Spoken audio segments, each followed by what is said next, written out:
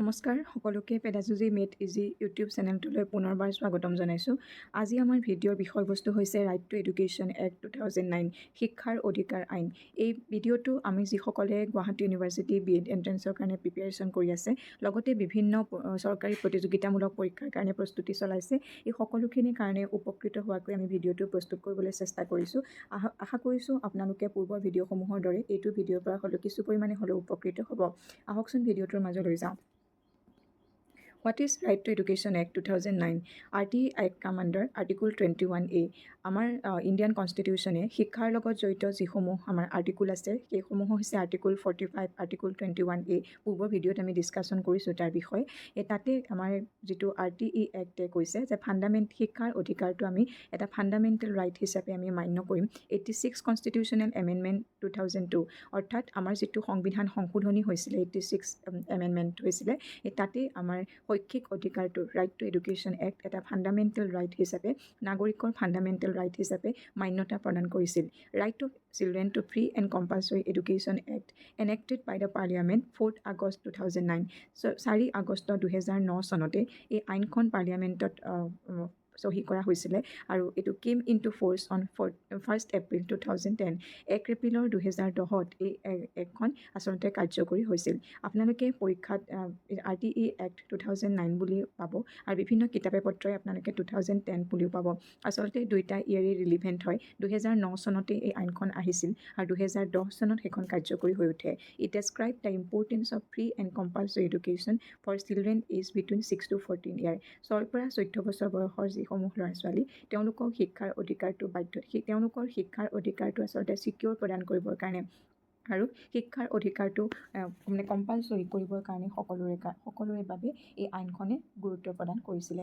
এতিয়া যদি আমি RTE এক্টৰ ফিচাৰ্ছৰ বিষয়ে চাওঁ, অৰ্থাৎ তাৰ বৈশিষ্ট্যসমূহ কি কি সেইসমূহ যদি চাবলৈ যাওঁ, প্ৰথম বৈশিষ্ট্যটোৱে হৈছে compulsory and free education for all. সকলোৰে কাৰণে বাধ্যতামূলক আৰু এক মুক্ত শিক্ষা ব্যৱস্থা আমি প্ৰদান কৰিব লাগিব। RTE এক্টৰে যিহেতু সকলো শিশুকেই সামৰি পেলাই শিক্ষা ব্যৱস্থাটো আগবঢ়াই লৈ যাব বিচাৰে, গতিকে প্ৰধান উদ্দেশ্যই ৰাখিছে যে আমি এটা বাধ্যতামূলক আৰু মুক্ত শিক্ষা সকলোৰে কাৰণে এভেইলেবল কৰিম। 2 নম্বৰটো যদি চাওঁ, the benchmark mandate. RTE lays down norms and standard relating to pupil teacher ratio, classroom, number of school working day, working hour of teachers, etc. এতিয়া দ্য বেঞ্চমাৰ্ক মেণ্ডেট বুলি কৈছে, অৰ্থাৎ কিছুমান তেওঁলোকে বেঞ্চমাৰ্ক মানে মেণ্ডেট কৰিছে যে কিছুমান কি কৰিব, বাধ্যতামূলক ক্ৰাইটেৰিয়া তেওঁলোকে মেনশ্যন কৰি দিছে।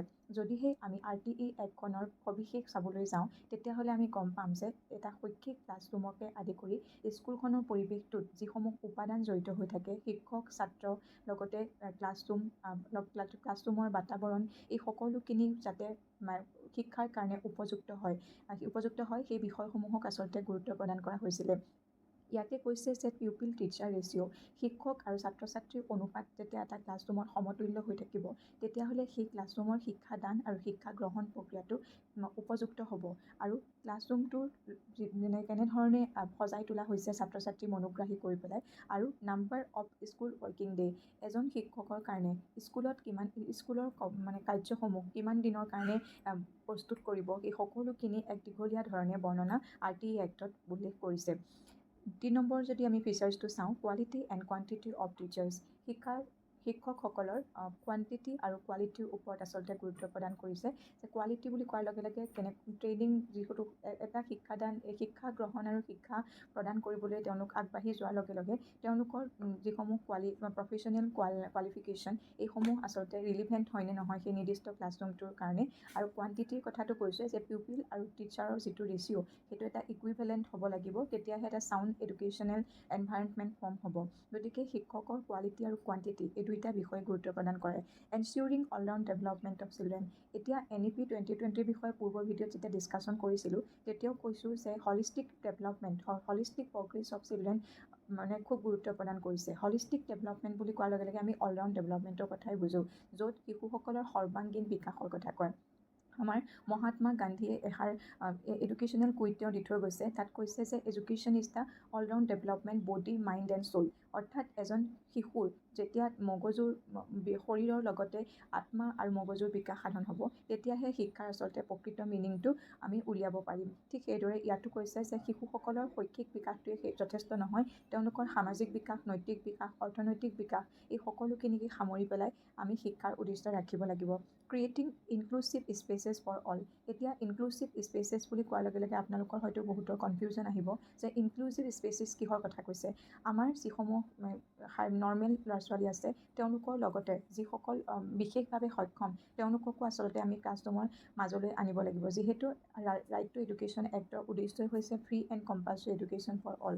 গতিকে যাতে সেই শিশুসকলো শিক্ষাৰ পৰা বঞ্চিত নহয়, তেওঁলোককো আমি শিক্ষাৰ মাধ্যমেৰে শিক্ষাৰ সুবিধাসমূহ যোগান ধৰি পেলাই তেওঁলোকক আমাৰ মাজলৈ লৈ আহিব লাগিব শিক্ষা গ্ৰহণ কৰিবলৈ। আৰু তেওঁলোকে যাতে এটা কমফৰ্ট ফিল অনুভৱ কৰে ক্লাছৰুমত, কোনো ধৰণৰ হেজিটেশ্যন তেওঁলোকে ফিল নকৰে, সেইকাৰণে এটা ইনক্লুচিভ স্পেচ আমি তেওঁলোকক প্ৰভাইড কৰিব লাগিব। RTE Act is জাষ্টিফাইবল। এতিয়া যিটো আমাৰ লাষ্টৰ পইণ্ট সেইটো হৈছে RTE Act is জাষ্টিফাইবল।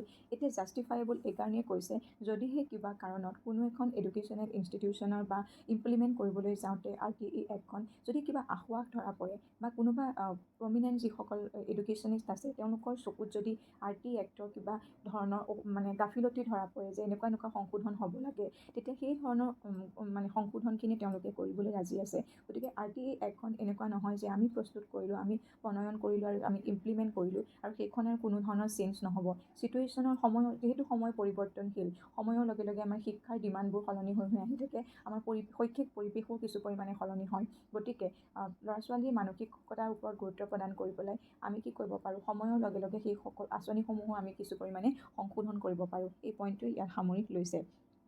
এতিয়া পিউপিল টিচাৰ ৰেচিঅ' হৈছে আমাৰ শিক্ষাৰ এটা ক্লাছৰুমৰ এনভাইৰনমেণ্টৰ এটা মেজৰ ফেক্টৰ বুলি আমি ক'ব পাৰোঁ। শিক্ষক আৰু ছাত্ৰ ছাত্ৰীৰ যিটো অনুপাত সেইটো সমান হৈ থাকিলেহে আমাৰ শিক্ষাটো আমি আচলতে যাক দিবলৈ গৈ আছোঁ আৰু যোনে আমাৰ পৰা ল'বলৈ গৈ আছে এই সকলো যিটো প্ৰচেছ সেইটো ইকুইভেলেণ্ট হ'ব। ইয়াতে RTE Actে কৈছে ফৰ ক্লাছ 1 to 5 কাৰণে 3:1 যিটো শিক্ষক আৰু ছাত্ৰ ছাত্ৰীৰ ৰেচিঅ' হ'ব 30:1। ইয়াত 30 ছাত্ৰ ছাত্ৰীৰ অনুপাত সংখ্যাৰ কথা কৈছে আৰু 1 হৈছে শিক্ষক, অৰ্থাৎ 30জন ছাত্ৰ ছাত্ৰীৰ বিপৰীতে এজন শিক্ষক। ক্লাছ 1ৰ পৰা ক্লাছ 5ৰ যিসমূহ শ্ৰেণী আছে তাতে 30জন ছাত্ৰ ছাত্ৰী যদি এটা ক্লাছৰুমত থাকে তেতিয়াহ'লে তেওঁলোকৰ বিপৰীতে শিক্ষক থাকিব এজন। ফৰ ক্লাছ 6 to 8 ইয়াতে 35:1। যদি এটা ক্লাছৰুমত উদাহৰণস্বৰূপে লওঁ, যদি 6ৰ এটা ক্লাছৰুমত 35জন ছাত্ৰ ছাত্ৰী আছে তেতিয়াহ'লে তাৰ বিপৰীতে শিক্ষক এজন থাকিব। ঠিক সেইদৰে এই প্ৰচেছটো 8লৈকে চলি যাব। 35:1 যিটো ৰেচিঅ' সেইটোৱে আচলতে ইমপ্লিমেণ্ট হ'ব। At least 1 teacher per class, 1 from science and 1 from mathematics, social study, language etcetera. প্ৰতিটো ক্লাছৰুমতে এটলিষ্ট এজনকৈ হ'লেও টিচাৰ থাকিব। কিহৰ টিচাৰ থাকিব? ছায়েন্সৰ, মেথমেটিক্সৰ, ছ'চিয়েল ছায়েন্সৰ আৰু লেংগুৱেজৰ। লেংগুৱেজ হ'ব পাৰে ইংলিছ, আমাৰ আছামিজ বা হিন্দী, এনেকুৱা ধৰণৰ যিসমূহ বিষয়বস্তু তাৰ কাৰণেও একোজনকৈ নিৰ্দিষ্টকৈ শিক্ষক থাকিব। Full time head teacher and part time instructor for art education, health and physical education and work education. Head টিচাৰজন ফুল টাইম থাকিব আৰু পাৰ্ট টাইম টিচাৰ বা পাৰ্ট টাইম ইনষ্ট্ৰাক্টৰ হিচাপে আমি আৰ্টৰ এডুকেশ্যনৰ কাৰণে, হেল্থ আৰু ফিজিকেল এডুকেশ্যনৰ কাৰণে আৰু ৱৰ্ক এডুকেশ্যনৰ কাৰণে আমি কি কৰিব পাৰোঁ, পাৰ্ট টাইম ইনষ্ট্ৰাক্টৰ আমি ৰাখিব লাগিব আমাৰ এডুকেশ্যনেল ইনষ্টিটিউশ্যনত। এতিয়া প্ৰভিজনছ অফ RTE Act 2009 এই কি ধৰণৰ প্ৰভিজনৰ কথা কৈছে? It স্পেচিফাইজ the duty and responsibility of appropriate government, local authority and parents. ইয়াতে ৰেছপনচিবিলিটি কাৰ কথা কৈছে? চৰকাৰৰ, local authority, parents in providing free and compulsory education. চৰকাৰৰ লগতে লোকেল যিসমূহ স্থানীয় যি কৰ্তৃপক্ষ আছে লগতে অভিভাৱকসকলে ছাত্ৰ ছাত্ৰীক ফ্ৰী আৰু কম্পালচৰি এডুকেশ্যন প্ৰভাইড কৰিবলৈ যাওঁতে তেওঁলোকৰো কিছু পৰিমাণে ডিউটি এণ্ড ৰেছপনচিবিলিটি থাকিব। It sharing financial and other responsibility between central and state government. যিসমূহ শিক্ষাৰ কাৰণে যিবোৰ ফাইনেন্সৰ দৰকাৰ হ'ব ইমপ্লিমেণ্ট হ'বলৈ যাওঁতে সেইটো চেণ্ট্ৰেল আৰু ষ্টেট গভৰ্ণমেণ্টৰ কৰ্প'ৰেশ্যনৰ মাজেৰে সম্ভৱ হ'ব।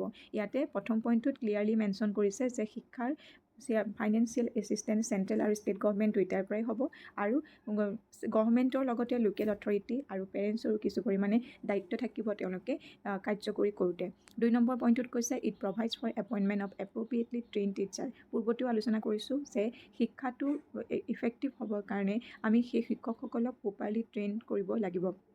সেইকাৰণে এতিয়া আপোনালোকে মন কৰিছে আমাৰ যিসমূহ শিক্ষাৰ যিসমূহ শিক্ষাৰ বৃত্তিটো আমি আগবঢ়াই নিবলৈ যিসমূহ আমাৰ প্ৰফেশ্যনেল কোৱালিফিকেশ্যন আছে BEd DLEd সেইটো আচলতে বাধ্যতামূলক কৰিছে। কিহৰ কাৰণে বাধ্যতামূলক কৰিছে? যাতে সেই যিসমূহ মানে ট্ৰেইন হৈছে, যিসকল প্ৰশিক্ষণপ্ৰাপ্ত হৈছে, সেইসকল শিক্ষকে যাতে আহি পেলাই শিক্ষাত এটা মানে কি কৰিব পাৰে, ক্লাছৰুমটো আচলতে ইফেক্টিভ কৰি তুলিব পাৰে আৰু শৈক্ষিক এনভাইৰনমেণ্টটো ইফেক্টিভ হয়। ইট প্ৰহিবিটছ এই পইণ্টটো খুব গুৰুত্বপূৰ্ণ, আপোনালোকে খুব মানে মনোযোগেৰে শুনিব। ফিজিকেল পানিছমেণ্ট এণ্ড মেণ্টেল হাৰাছমেণ্টটো আচলতে প্ৰহিবিটছ কৰিছে। প্ৰহিবিটছ মানে আঁতৰাই কৰিব বিচাৰিছে। প্ৰথমটোৱে হৈছে physical punishment and mental harassment. ছাত্ৰ ছাত্ৰীক যে বেট দিয়ে ন, শিক্ষকসকলে যে যেতিয়া বুজাই যায় তেতিয়া যদি কিবাকৈ নোৱাৰে বা যিটো কৰি আনিবলৈ দিয়ে সেইটো কৰি নানাৰ কাৰণে তেওঁলোকক কেতিয়াবা বেট দিয়া যায়, আগতে দিছিলে, আৰু তেওঁলোকক মানে বিভিন্ন ধৰণৰ তাৎসল্যকে কথা কোৱা যায়, সেইটো আচলতে নচলিব। RT এক্টৰ মতে সেনেকুৱা ধৰণৰ কাৰ্যকলাপ শিক্ষকৰ দ্বাৰা মানি লোৱা নহ'ব। Screening procedure for admission of children, ছাত্ৰ ছাত্ৰীৰ নামভৰ্তি প্ৰক্ৰিয়াটো খুব সূক্ষ্মভাৱে স্ক্ৰিনিং কৰাৰ কথা কৈছে, যাতে খুব বাছি তেওঁলোকক উপযুক্তসমূহক আচলতে চান্স দিয়া হ'ব, এনৰোল কৰোৱা হ'ব। Private tuition by teacher, it prohibits private tuition by teachers. যিসমূহ শিক্ষকে তেওঁলোকে চৰকাৰী মাধ্যমত শিক্ষা প্ৰদান কৰি আছে, তাৰপিছতো তেওঁলোকে কি কৰিব, যদি টিউশ্যন কৰিছে প্ৰাইভেটকৈ ছাত্ৰ ছাত্ৰীসকলক, তেতিয়াহ'লে সেনেবোৰ কাৰ্যকলাপ বন্ধ কৰিব লাগিব। It prohibits running of school without recognition, যিসমূহ স্কুল অথৰিটি আছে তেওঁলোকৰ কোনো মানে ধৰণৰ ৰিকগনিশ্যন নোপোৱাকৈ যদি কোনোবাই স্কুল খুলিছে বা স্কুল খুলি পেলাই চলাই নিছে, সেইসমূহ আচলতে বন্ধ হ'ব। এতিয়া ইট প্ৰহিবিটছ এই পইণ্টটোৰ ভিতৰত যে physical and mental harassment RT এক্টে বন্ধ কৰিছে, সেইটো আপোনালোকে খুব মাইনৰলি অবজাৰ্ভ কৰিব আৰু সেইটো পাৰিলে নোট কৰি ৰাখিব। Norms and standard specified for all schools, সকলো স্কুলৰ কাৰণে নৰ্মছ আৰু ষ্টেণ্ডাৰ্ড এটা ফৰ্ম কৰি দিব আৰু সেইসমূহ তেওঁলোকে মানি চলিবই লাগিব। যেনেকৈ ইউনিফৰ্মৰ ক্ষেত্ৰত বা মিড ডে মিলৰ ক্ষেত্ৰত বা লাইব্ৰেৰীত কেনেকুৱা ধৰণৰ কিতাপ ৰাখিব লাগিব বা স্পৰ্টছৰ কেটেগৰীত তেওঁলোকে কি ধৰণৰ স্পৰ্টছ ছাত্ৰ ছাত্ৰীক দিব লাগিব, এই বিষয়বোৰ তেওঁলোকে আচলতে এটা ফিক্স ক্ৰাইটেৰিয়া তেওঁলোকে ফৰ্ম কৰি দিছিলে যে এনেকুৱা ধৰণে আপোনালোকে কৰিব লাগিব। স্কুল অথৰিটিক মানে আচলতে তেওঁলোকে এটা গাইডলাইন প্ৰভাইড কৰিছিলে। আৰু 5 নম্বৰ পইণ্টটো চাওঁ যে community participated in schools ensure through SMC comprising elected representative teachers and parents, যে কমিউনিটি সমাজৰ পাৰ্টিচিপেশ্যনটো, যিটো স্কুল মেনেজমেণ্ট কমিটি আছে, সেই স্কুল মেনেজমেণ্ট কমিটিত সমাজৰ যিসমূহ নেতৃস্থানীয় ব্যক্তি আছে তেওঁলোককো সামৰি ল'ব, অভিভাৱকসকলকো সামৰি ল'ব আৰু লৈ পেলাই স্কুলখনৰ যিখিনি সমস্যা আছে সেইসমূহ তেওঁলোকে আলোচনা কৰিব। আৰু SMC সেইটো আচলতে প্ৰতিখন স্কুলতে থকা দেখা যায় আৰু মাহেকে তেনেকুৱা ধৰণৰ বৈঠক বহে, যাতে স্কুলখনৰ অসুবিধাবোৰ, ছাত্ৰ ছাত্ৰীৰ অসুবিধাবোৰ আমি কি কৰিব পাৰোঁ, সমাজৰ ব্যক্তিসকলৰ লগতে অভিভাৱকসকলৰ মাজলৈকো আমি লৈ আহিব পাৰোঁ আৰু তেওঁলোকৰ পৰামৰ্শৰে সমিল মিলেৰে আমি সেই সমস্যাসমূহ সমাধান কৰিব পাৰোঁ। গতিকে বন্ধুসকল, আজি এইটোৱে আছিলে আমাৰ এই RTE এক্টৰ কেইটামান কি পইণ্টছ। আচলতে এই পইণ্টসমূহ মই এনেদৰেই যুগুতাই আনিছোঁ যাতে পৰীক্ষাৰ কাৰণে আপোনালোকৰ মানে ভেলুৱেবল হয়। যদিহে আপোনালোকে আমাৰ পূৰ্বৰ ভিডিঅ'সমূহো চাইছে, যদি কিছু পৰিমাণে হ'লেও উপকৃত হৈছে, নতুন ভিডিঅ'ৰ কাৰণে আপোনালোকে আমাৰ চেনেলটো ছাবস্ক্ৰাইব কৰিব, লাইক কৰিব আৰু নতুন ভিডিঅ' এটা লৈ পেলাই আপোনালোকৰ মাজলৈ অহাৰ প্ৰতিশ্ৰুতিৰে আজি ইমানতে সমাপ্ত কৰিছোঁ। ধন্যবাদ।